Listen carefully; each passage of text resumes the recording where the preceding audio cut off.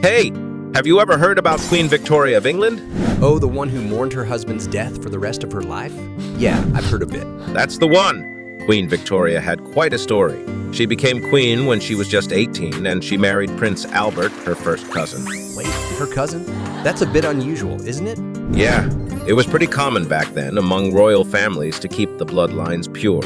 Anyway, they were deeply in love and had a bunch of kids together, a total of 9. So this is what actually happened at the time. The couple first met on Victoria's 17th birthday in April 1836 when she was heir to the British throne. The cousins were introduced by their uncle, Leopold I, that's from 1790 to 1865, King of the Belgians, as in their memoirs. Both Albert and Victoria record that they almost instantly fell in love.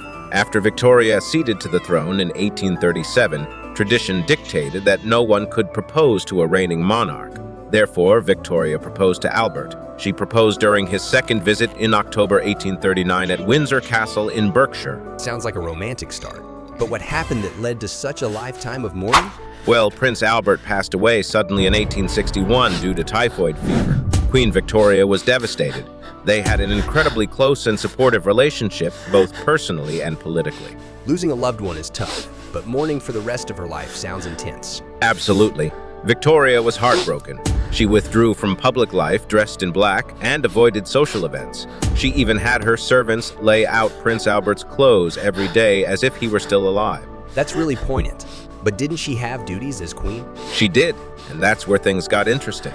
Until the late 1860s, she rarely appeared in public, although she never neglected her official correspondence and continued to give audiences to her ministers and official visitors. She was reluctant to resume a full public life. She was persuaded to open Parliament in person in 1866 and 1867, but she was widely criticized for living in seclusion, and quite a strong Republican movement developed. 7 attempts were made on Victoria's life between 1840 and 1882. Her courageous attitude towards these attacks greatly strengthened her popularity. So did she ever find any solace or happiness again?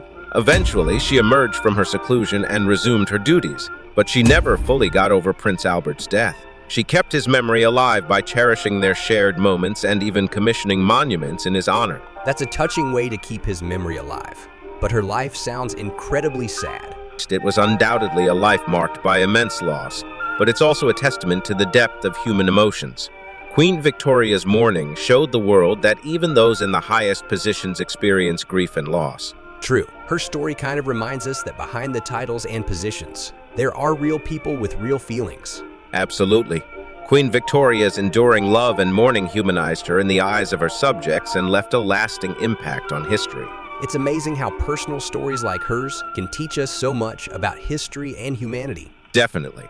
It's like peeking into the past and realizing that people, no matter how royal or powerful, shared the same emotions and experiences. Unfortunately, Queen Victoria also died from a stroke at Osborne House on the Isle of Wight on 22 January 1901 after a reign that lasted almost 64 years, then the longest in British history.